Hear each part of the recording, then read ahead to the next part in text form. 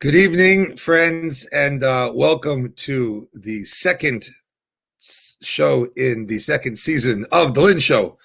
Okay, and tonight we are discussing America in Pain Part 2, and it is always an amazing opportunity to sit and talk to my dear friend, brother, and colleague, the Reverend Charles Chaz, as he's known to all of us, Howard, and to have him here with us tonight. And we're going to see him live also in just a moment. Chaz and I spoke, and there's a link that can come if you want to see the first conversation that we had, really in the height of the Black Lives Matter protests and that pain that was just reverberating through this country at that time. And it was a very powerful conversation, and really, Chaz, you should know that you changed a lot of people's perspective with the short time we had together.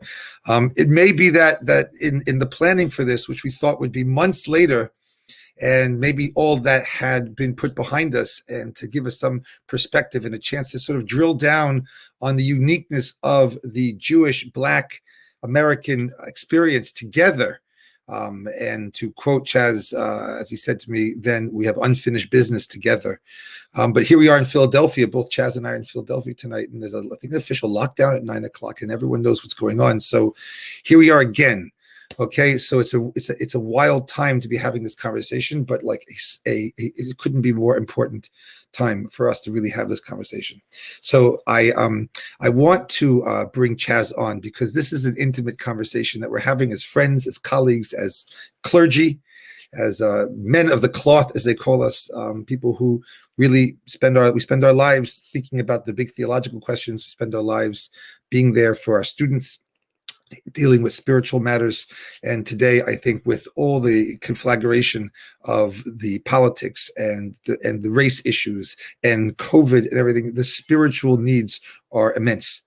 So I know that Chaz is taking some precious time out of his schedule to join us, and this is my job to be here, right? So I'm happy to be here, and I couldn't think of a better place to be than in the same virtual room as with my dear friend, the Reverend Chaz Howard. Chaz, it's great to have you on the show again. Brother, it's a blessing to be with you, man. Thank you for the invitation, and thank you for locking arms, even virtually, during this time. It means a lot. Hard day, but it's helped. Yeah, hard couple days. Hard year. Yeah. Okay. Right. Well, so let's do this. And I want people to know who are watching that this really is just going to be a conversation between two friends, two colleagues, who really are going to explore and some issues here together. Chaz, you and I are able to speak about things really, really openly, and we listen. And you're an amazing listener, and you're an amazing orator, and you're an amazing spiritual guide, and real role model. And so I'm always awed by you, and I'm always very grateful to have you as a friend, always. And the more we speak, the more time we spend together, the more I feel that way. So thank you for this very timely, and I know for you, important half hour of your day. I want to start with a quote. The quote, there's a famous quote for those who are in the historical know, but before I get to the quote, the title of this, if I had to title a conversation, is exactly what you said. I said in the intro, unfinished business. We had a phone call when the Deshaun Jackson issue came up here in Philadelphia, and the question of anti-Semitism, the Black community, and that really gave rise to this conversation. And you said something that I've just been thinking about, chewing over and appreciating so much, is that we have unfinished business, and there's a lot of work to be done. And the fact that you see the Jewish and Black communities as really behind all the smoke and mirrors and craziness of the world, as real brothers and partners in the similar struggle for everything that we're hoping for. Is an amazing call. And so that unfinished business, we're not going to solve everything tonight, but the conversation that we get to have is for me, I know it will take me to a new level, and I hope for people watching as well. I want to take us back to a quote from Martin Luther King in 1965. And he said, of course, the Civil Rights Act in 1964 and voting in 1965. And this is what Martin Luther King said, with Abraham Joshua Heschel, okay, and the marches. And we'll do a little recap. But I just want to start with the quote that Martin Luther King said. He said, "How could there be anti-Semitism among Negroes when our Jewish friends have demonstrated their commitment to the principle of tolerance and brotherhood, not only in the form of sizable contributions, but in many other tangible ways, and often at great personal sacrifice? Can we ever express our appreciation to the rabbis who chose to give moral witness with us in St. Augustine during our recent protests against segregation in that unhappy city? Need I remind anyone of the awful beating suffered by Rabbi Arthur Leyland of Cleveland when he joined the civil rights workers there in Hattiesburg, Mississippi? And who can ever forget the sacrifice of two Jewish lives, Andrew Goodman and Michael Schwerner, in the swamps of Mississippi? It would be impossible to record the contribution that the Jewish people have made towards the Negro struggle for freedom. It has been so great." Ostensibly the greatest American leader of the Black community, really speaking words that are a testament to the commonality that we share. And we got to find that again and deeply and learn how to cultivate it, nurture it, grow it, and spread it. That's what we have to do together. Just for, together, our history is remarkable in this country because up until the civil rights movement, we really worked in partnership from the early 1900s when all us European Jews used to come over, running away from the pogroms, and the blacks were migrating from the south north, and we really had similar stories. Even though the sharing of the Exodus from Egypt as part of our sort of our collective, inspirational history and culture. And post World War II in the civil rights movement, where Jews gave their lives marching from Selma to Montgomery, and Abraham Joshua Heschel and the rabbis joining arms, and exorbitant percentage of Jews there in person. 50% of the attorneys were Jews. 50% of the whites that were marching were Jews, and like a real brotherhood, a real connection. And so I want to speak to that first. Let's speak first with the commonality. So I've spoken enough already. People can come here to hear me, right? But let's just start, Chaz, together a little bit of what we share and how your appreciation and understanding of the commonality, the shared component of American Jewish and Black history has played a part in your life and how you see it. It's a great intro, brother. It really is. And, it's the kind of thing that I would charge any listener to deep dive on your own. It's just a fascinating history. It's a fascinating intersection of two different streams in American history. And there are wonderful books written about within the states, Black relations, and there's more to be written. And I really think about this notion of different people groups as siblings in this country, really globally. But if you think about our country being a nation of immigrants / people who were kind of brought here against their will, with the exception of sort of indigenous native populations. In many ways, there are these sort of different siblings who do emerge, like you said, in the kind of like late 19th or sort of mid 1800s, late 19th century, and then early 20th century, these sort of very different immigrant groups. And if you look at kind of the way that cities were set up, you have like Little Italy and Chinatown. And like that's where the Black folk lived, and in still a lot of ways, sort of this is the Jewish section, and in some kind of more bigger metropolitan areas, like a Polish section or a Russian, sort of very immigrant spots where there were religious spots set up there. There were like food places, there were schools, and people kind of kept to themselves. And you sort of see these different siblings all lined up in the same house. The challenge was, in many ways, we ended up sort of competing, and I think I wanted to make the turn toward some of that sort of challenge it, but we all were trying to make it. New world, or in the case of sort of formerly enslaved Africans, like a new start in this new world. Right. And we all want our kids to have it better than us. We all want to sort of have a home, a love, education, freedom, chance to do what we want to do. And the sort of shared goals, I think, is something that makes us siblings. Simultaneously, sort of being on the shared sort of experience of being on the receiving end of hate, and being together on the receiving end of othering. And it's sad, but kind of like that suffering can bond people. Right. And so both of us have been told that we're not white. Both of us have been told, go back to where you came from. Both of us have had doors closed in our faces. And both of us have had our kids sort of not be able to play with other kids, or our children date other folk, or to be kicked out of restaurants. Both of us were told to get off buses and deny jobs. And both of us, or people were redlined out of neighborhoods. And that sort of shared experience of oppression should make us siblings. Sadly, it's still happening today. It's still happening today. Sure.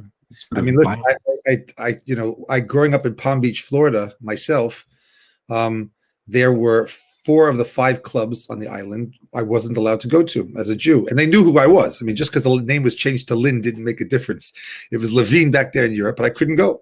If you were black or you have color, you weren't allowed on the island after dark. Mm. And it's interesting with all the symbolism of not symbolism, the reality of what busing means in our history. One of the most powerful memories I have as a kid was waving goodbye to the school bus that would take all the kids to the cotillion dance class, and it was me and 2 other Jews that sit on the corner and wave goodbye to it because we weren't allowed on the bus. All right, so it's a reality that I know very, very well.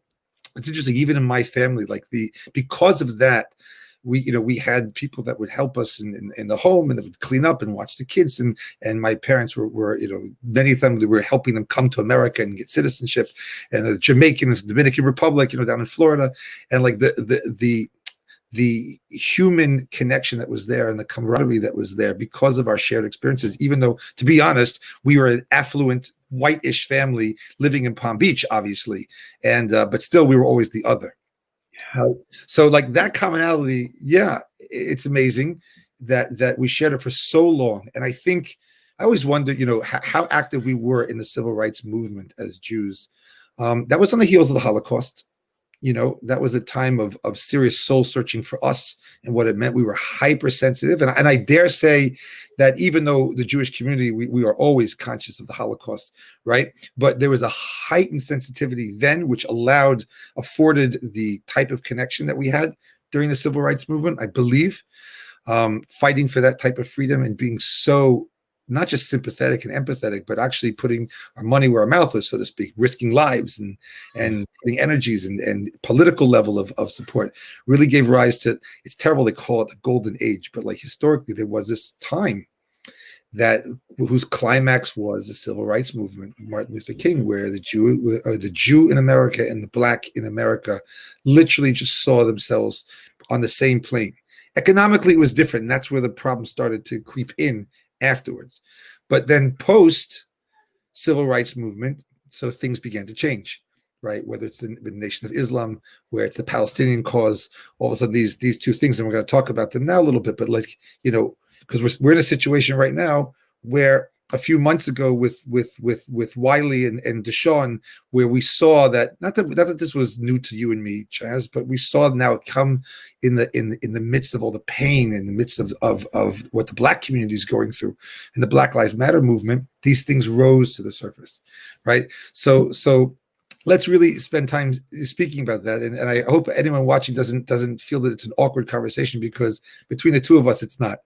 And and that's half the lesson that needs to be learned, is that these conversations should happen and have to happen, the understanding, and then of course what we're going to do to make some change. So how do you see, let's, these type of things, Chaz, speak to it. Like we know there's anti-Semitism in the Black Lives Matter movement and in the black community now, whether it's, obviously I don't think it's doctrinal. I think it's ignorance. It's the lack of our communities living together in the same way as they used to. But we'd love you to speak to that and help us understand how you see it from your perspective and the realities on the ground. It's important to sort of see this as an old relationship, and our current blessings and victories and our current tensions being a part of the continuation of a very complex relationship. And so I think one can't just talk about Deshaun Jackson or Minister Farrakhan or Black Lives Matter platform from 5 or 6 years ago without talking about civil rights and Rabbi Heschel and King and legal and financial sort of aid during civil rights, and what was happening in the 50s before. And so my father was significantly. My dad had me when he was 60, which is a whole tangent story. But sort of his view on this issue was a really complicated one. And I would say that my dad held legit anti-Semitic positions. My dad died when I was a kid. And I remember talking to my older brother about this and asking him why. He says, did a dad ever tell you about his experiences in parts of West Baltimore? Mm-hmm. And he would talk about, to Chucky, my brother, the experience, the tension of trying to go into Jewish-owned stores and shops, whether it's sort of a butcher or some of the lending bank spots or some of the landlord, things like that. And not only being called the N-word, but being sort of upsold and being kicked out and getting like the worst of the product and things like that. And then being sort of harassed on the way out the door for years. And then my sort of on the receiving of that from my dad, hearing him talk about not going to that neighborhood with those Jews over there. I don't bring that up to sort of throw anything in anyone's face, but to talk about the real tension that was there. And that's still there. And then to sort of think about a moment like now, I think my wife is a political scientist, and she says one of the dangers of the contemporary debate between Republicans and Democrats is how we hold up their worst against our best. And so we talk about how bad they are. Here's 10 examples of how bad they are. Yeah. And look at how good we are. Look at this superstar. Look at this really kind politician over here. And I think there's a trap of doing that too in this conversation, of pointing to this quote from Minister Farrakhan, or what this professional athlete did, or did you see this thing that they said in this chant that was going on as opposed to sort of highlighting some of the great stuff, or and vice versa. I think that absolutely goes vice versa, because a lot of the Black folks I know in this conversation point to the Stephen Millers, or the terrible things Jared Kushner has done, or the stuff that people in Israel have said about Barack Obama, and just like, really, you're calling our president a monkey. Right. Just sort of cool. So I named that to sort of talk about, we need to sort of be real about tensions and beauty and ugly on both sides. And yet that doesn't mean we sort of need to be in this stalemate. Right. I think we sort of need to do the work to say, hey, what my guy on my team said, that was wrong. And it was hateful, and it was ignorant, and it was anti-Semitic, racist. And not only call it out, I'm gonna go talk to him right now and check him and teach him on that. And let's teach each other on it. And I think that's a lot that doesn't happen, is checking the folks in our family, and be sort of being open to learn and see complexities on both sides. Right. No, there's challenge in our and the Jewish community also. There's no question in my mind that there is a very easy ability to empathize with the pain that the Black community has been experiencing recently. There's no question. It's not the stats they used to be, where 50% of the attorneys and 50% of the people marching are Jews, right? But the empathy is there, but we've lost the shared experience through the 70s and 80s, I think, and we need to rebuild together. I think we have to respond to what we're seeing right now, and especially the Jewish community. To be honest with you, it's been very polarizing as well, because the Jews have been very many parts of the Jewish community have been now singled out or made very public displays of their behaviors and political affiliations, which has created a real internal struggle. I'm not on the inside of the Black community, so to speak, the conversation, but inside the Jewish community, there's a lot of internal struggle about where we fit in, and this polarized line that's been drawn in front of us. How do we toe that? With allegiance to Israel, let's call it, and concerns about that part of our, basically half the Jewish world. I saw a stat that like Europe is less than half of what it was in Jewish population, 30 years ago. It's like Jews are in America or in Israel. How do we deal with that? How do we empathize with what's going over here on the left and the pain? We're also struggling. We're struggling to find that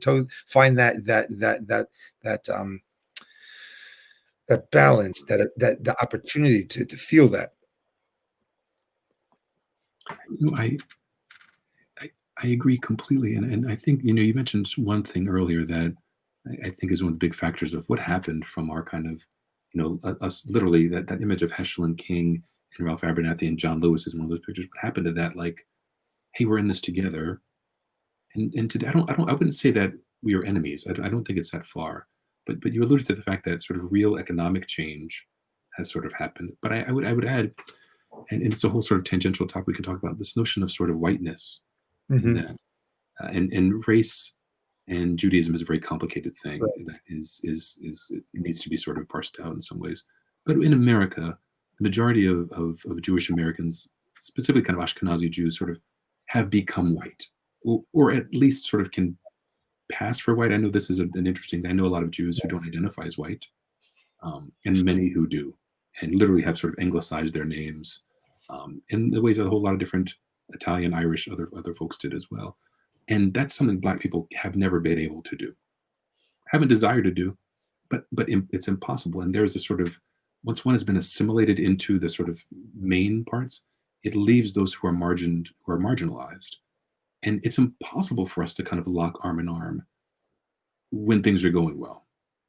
Right. And yet, over the summer, I'd say the majority of the people who marched with us in Philly were certainly white. And a whole lot of Jewish neighbors from Lower Merion were down in Philly with us too. Yeah. Vice versa, after sort of the tragedy at like Tree of Life Synagogue, a whole lot of Black religious people were visiting sort of mainline synagogues and temples, were at vigils in the city too, saying, we know what it feels like to have our churches bombed. We're with you in this one. So in these sort of moments of crisis, I think it's, when you need me, I'll be there. I think that's true. What about the in-between times? I think we're really struggling. Right.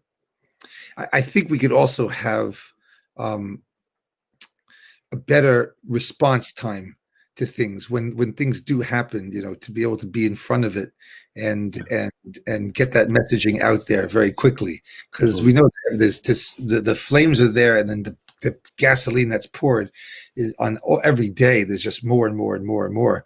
I'm not sure how we can do that together, but we definitely, I feel the charge to do that more. I don't know. Maybe you and I have to get together more often, or something like that, and pull people together and have these kind of, just the more consistent they are, the investment that it can be in that conversation. I think it's also knowing when the other is hurt. And so, specifically to kind of the Black Lives Matter platform and, notions of sort of connections between what happened in Ferguson and Baltimore with Palestine. I talked to a lot of my students and a lot of our students. And for many of our Jewish students, this was a deep wound. And not just students, sort of Jewish Americans, it felt like, hey, we were riding with y'all. And then y'all go and do this and sort of really push this very sensitive nerve around Israel and boycotts and like all of that. And now it's really hard for us to decide whether we can march with you, put a sign up in front of our, like. And when I sort of share, I say, look, for Black Lives Matter activists, the notion of sort of Israel and Palestine, that's like number 20 on the list. But for a lot of in not importance, but in kind of things that our heart are connected to. Your top would sort of be violence from police, economic opportunity, education, right. Like racism, all this stuff. And then eventually I get this international. But for a lot of our Jewish family members, that's like top 2, not number 1. Right. And that kind of like different levels of intensity. I think a lot of Black folks are like, wow, y'all got upset about that? Like, we weren't even, okay, that was like at the 11th hour of the planning meeting, someone was thinking about kind of intersectionality, which is sort of a really sensitive word in a whole lot of ways, and kind of global liberation movements, and threw that in there. But that's sort of a huge thing for life. It's all that to say, not knowing what hurts. And I mean, to ramble on for one more sentence, I think a lot of people look at like professional athletes as like, why are you listening to anything they say? Not to be dismissive, but like, this is not our best. This is not our spokesperson here. Well, it's such a fascinating thing because, first of all, a lot of Jews at the height of it, when you almost, you had there was this pressure, of course, that we feel that we're for the Black Lives Matter. We want to empathize with the pain, and we want to connect to the struggle, and we want to be there. But then when these things came out, you're right. Like for many Jews, it was like, well, wait a second, am I microaggressed with the Black Lives Matter sign? Do I feel like that's speaking at me, or I'm being blamed? And I don't. How did I get caught? Like, and I've been saying, the easy way to do that is like, I'm an Eagles fan. How can Deshaun say such a thing? I mean, of course, I'm not listening to him for politics or for world insights, but like, I bleed green, man. Like, you are me. I sit there and cheer you. I got a shirt that says your name. I don't know anything about you, but like, I manifest through you as an American Jew. That was really it wasn't pain as much. Whoa, the rug was taken out from under me. It's intellectually obvious that someone can be ignorant about things and play football and do anything and say something because he has an Instagram account. But emotionally, that's what was being felt, right? And it's hard to find. So the Philadelphia Eagles part is the easy part. The hard part is when you have a movement that, for whatever reason, and we spoke about this last time. I mean, I'm sure I wish the Black Lives Matter movement had you in the room when that 11th hour decision was being made, because I have no doubt that it wouldn't have been made in that capacity. Not now. That discussion is an important one, but not now. Right. But nonetheless, this is what we struggle with. And then, and here we are again now. Philadelphia is showing it is a new version of the same thing now, and that pain is all around us. Where do you think, Chaz? Like I want to take a couple questions here now, and I want to just like look at we'll talk about a little bit about your book, which I think is a balm of sorts for people. Okay, Chaz just published a book at the bottom, Theopoetic of the Streets. I love that you like theopoetics. Okay, and maybe just tell us a little bit about this, because I think you want to take people on a journey of understanding through this book, and maybe speak to what the book is about, and what inspired you to put pen to paper. You're generous to plug the book a little bit. I really appreciate it, man. I describe it as a novel in verse that tells a mosaic tale, and by that I mean sort of mosaic in the notion of in the tradition of Moshe, and so it's a story that it follows a professor who leaves the palace, leaves the academy, and spends time on the streets where he came from, working for the liberation of people who are navigating homelessness. And they kind of orchestrate these man-made plagues to kind of free themselves from the kind of essentially sort of political and spiritual pharaoh that is keeping down people on the streets. It's a fun, right? And rather than telling it in kind of a narrative way, I do the whole thing in verse. So it's through written poems, and there's some theological reflection in the midst of it. So it's a busy book. There's a lot. I'm trying to do a lot in it. I hope sort of it connects, but I think those for whom the story of the liberation of enslaved Hebrews in ancient Egypt, I think one will sort of resonate with this story. It's a story that, as we referenced earlier, really does speak to both of our traditions. One of the great gifts, I think, from Torah to contemporary Black Americans is sort of this story of God being on the side of those who are enslaved, God being on the side of the oppressed, and Black folks still believing that to be true. And if that's true for ancient people in ancient Egypt, that's true for people in colonial America, maybe it's true for other people groups too. Maybe even those who are experiencing homelessness. So I was excited to try to put this to paper. I loved writing it. 100% of the royalties are going to organizations here in Philadelphia that are serving people on the streets. And I would love for people to buy it. I'd love for you to kind of check it out. Let me know what you think. On all major retailers, you can sort of find it out there. Okay, it's on Amazon. Everyone knows where to get it. You should get it. But your voice is a really, really important voice, Chaz. It really is. And if only we could somehow just plaster the streets with your messaging. I think the world will be a better place. Before we get to our sort of ideas, we can wax poetic about what we can do and what maybe the future can bring. I do want to just we asked some of our students to send in some questions. So Bianca, who is our dear friend and colleague over there, will field them. And this is Bianca. Bianca, meet Reverend Chaz, and this is Bianca Sitzer. And so she's going to give us a couple of questions that came in from our students. Hi, Lynn.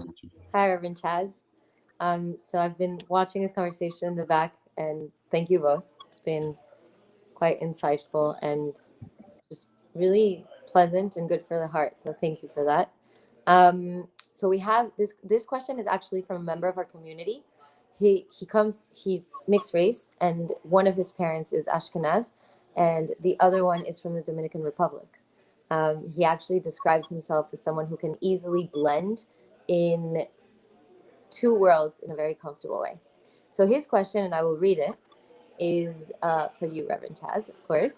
And it is, what role do you think Jews who are Black, brown, mixed race, Hispanic, or just not so easily grouped as white can or should play to bridge a gap and have an impact in this conversation? It's a really wonderful question. And I think the world needs bridge builders and people who can sort of serve as translators in a lot of ways. I think that's kind of the first thing. There's all kind of studies that talk about those who sort of have ill feelings toward different people groups. Once they're exposed to those people groups, they change. Be this sort of racism, homophobia, different politics. Once they sort of like actually have a friend or a family member or someone in their circle who is that other, it changes perspective because it humanizes them, and they know someone. So I think just being in relationship with people on either side, I think is the first step, and not just like sort of saying hi, but really being friends and hanging out and sharing the story and telling the story. And like sometimes is the harder part. Sort of being, that's why I've had a good number of Jewish siblings of color over the years who have worked hard to sort of convince people on either side that, hey, I'm one of you. Let me in, and like, let's be normal. It's cool. And I think that that's beautiful and hard, but then to sort of tell the story of the hard moments as well.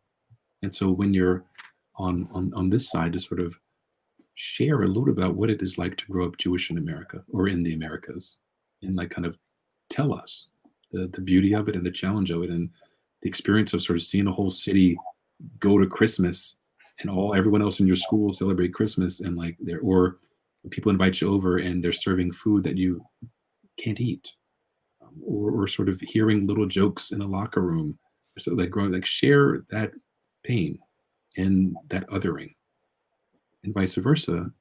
Share the story of people asking, "Are you really Jewish? Are you sure you're Jewish?" Like sort of like share how it feels to sort of be othered and have people continually question your faith, even though one was sort of a bar mitzvah.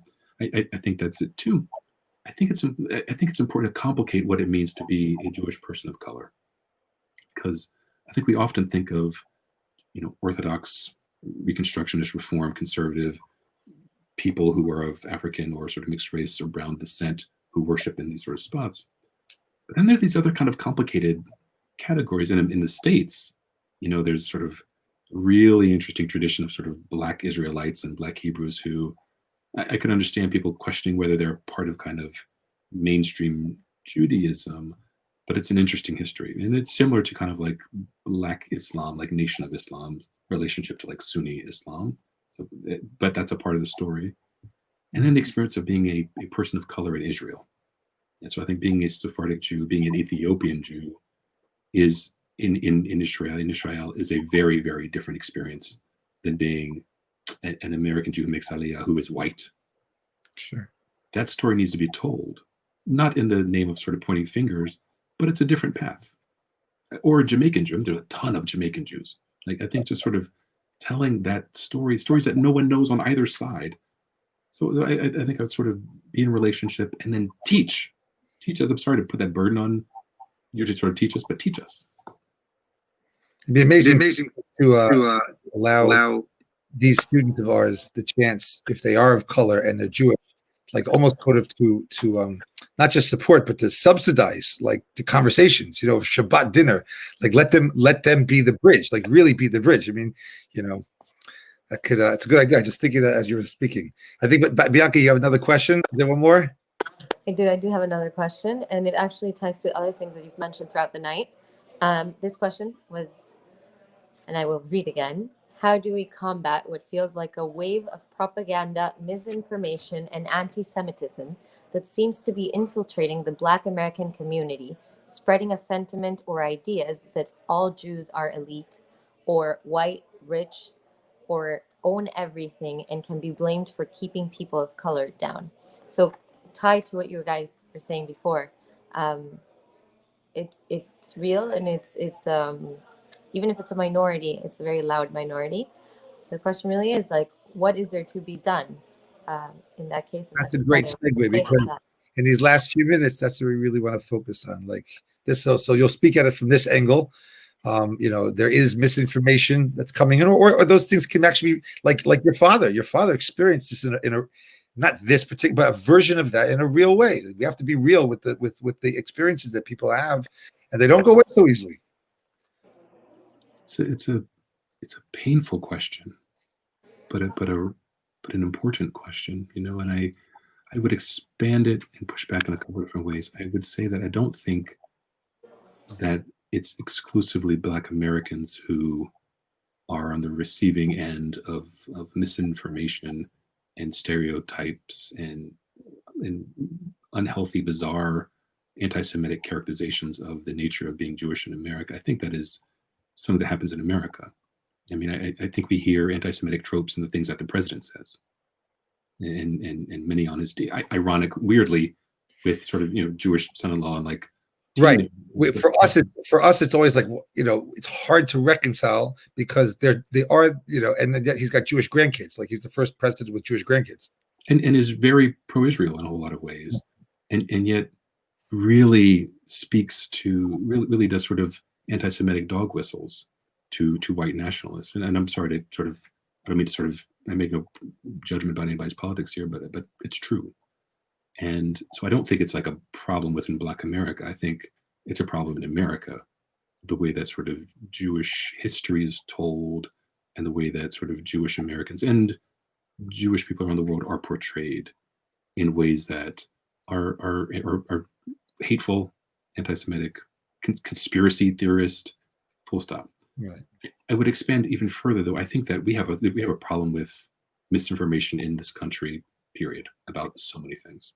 And this is not just a new kind of thing around fake news now.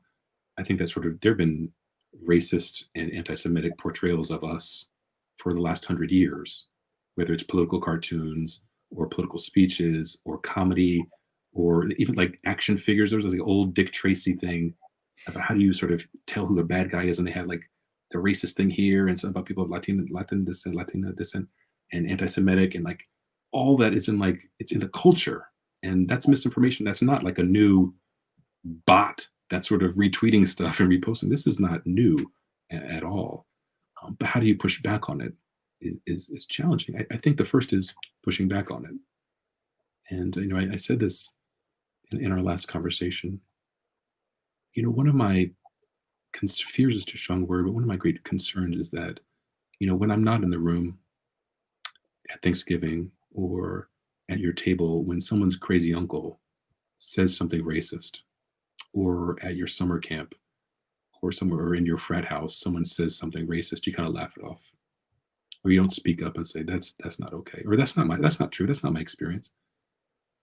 Vice versa. I hope you expect me to do that, to never tolerate any of my boys from Baltimore or any of my students or my kids or their friends to sort of make a joke or to play into a weird conspiracy about who's some big cabal that's controlling the world and pushing buttons, and like, no, you check that crap right away and say that's not true, that's ridiculous, I don't know what weird website that's giving your computer a virus that you're pulling that from, and let me explain to you why that's hateful and mean and contributes ultimately toward violence, ultimately toward murder, I promise I will stand up when you're not in the room.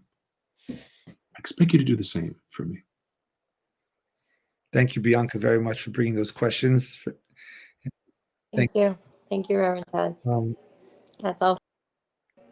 Chaz, you know, my before I go, and we'll end with a blessing here, but I'm hoping that everything that's going on, and this should be the last, you know, instance of this type of thing that we have to deal with for a long time, forever, be even better.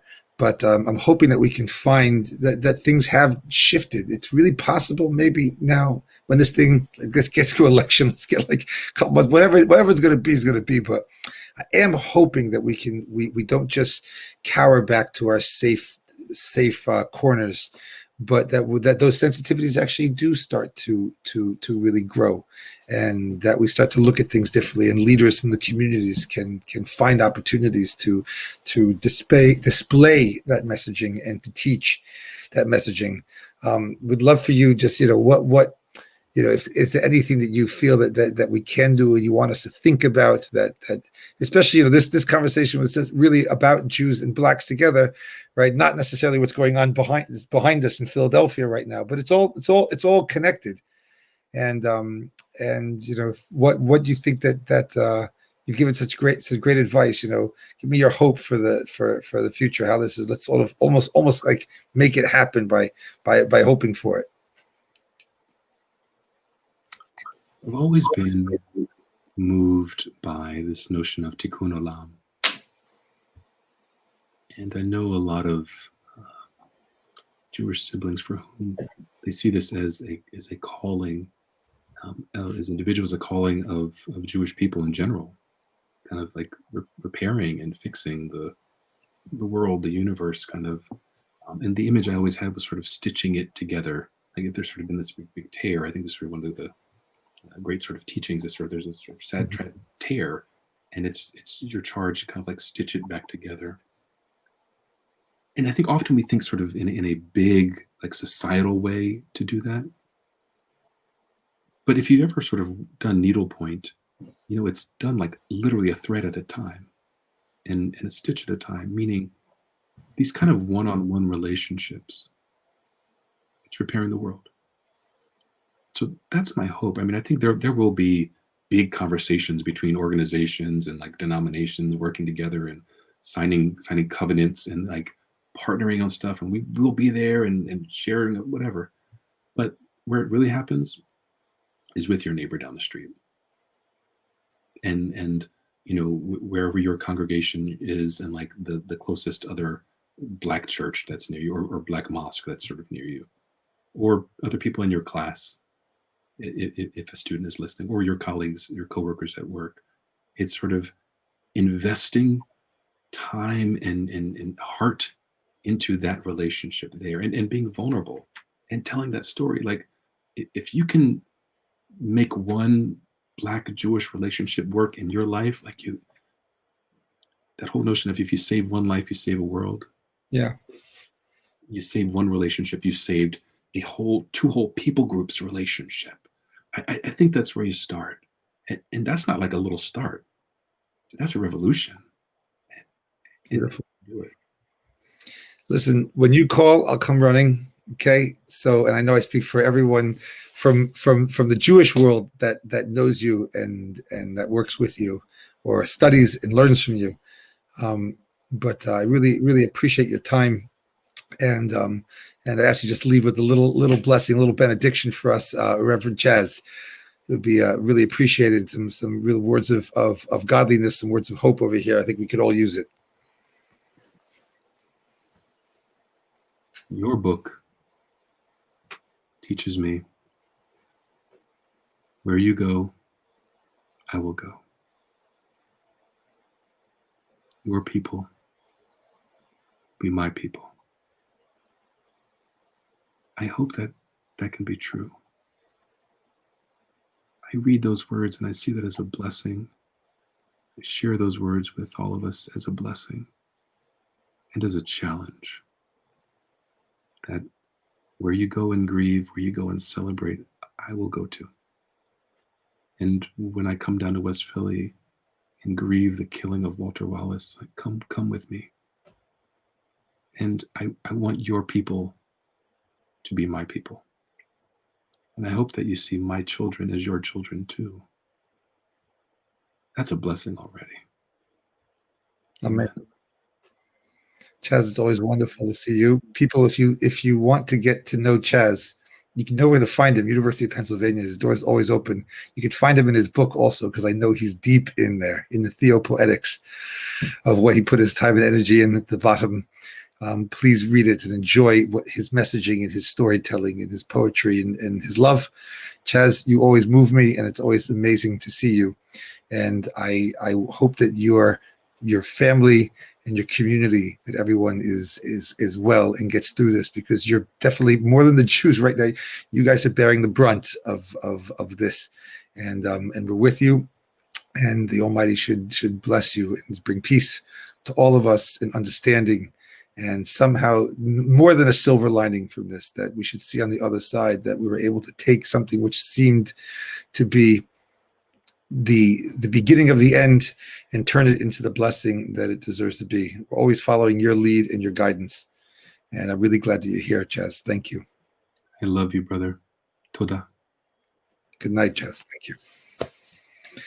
Thank you all for joining. Please share this with people. Okay, share it as many. I don't care about the likes and the clicks. It doesn't do anything for me. It doesn't change my life one bit. The only thing that changes my life is that people watch this conversation and people get to people from the Jewish community get to meet my dear friend Chaz Howard and hear from him and see the respect and the love that there is in the conversation that there is. It's really, really, really important. Okay, and so stay tuned every Wednesday to the Lynn Show. Okay, we'll try and bring you things that are timely and inspiring every way we can. Okay, next week we'll be talking about dreams and memory, going into the subconscious recesses of who you are and trying to figure out, what you can do about them. Okay, and so we hope to see you then. Very, very grateful to everyone that makes this show happen. Bianca, thank you for joining. And behind the scenes, Jacqueline and Michael and everyone that puts their time and energy into it. Signing off. Thank you very much. We'll see you next week. Have a good and safe and blessed week. Here we go now.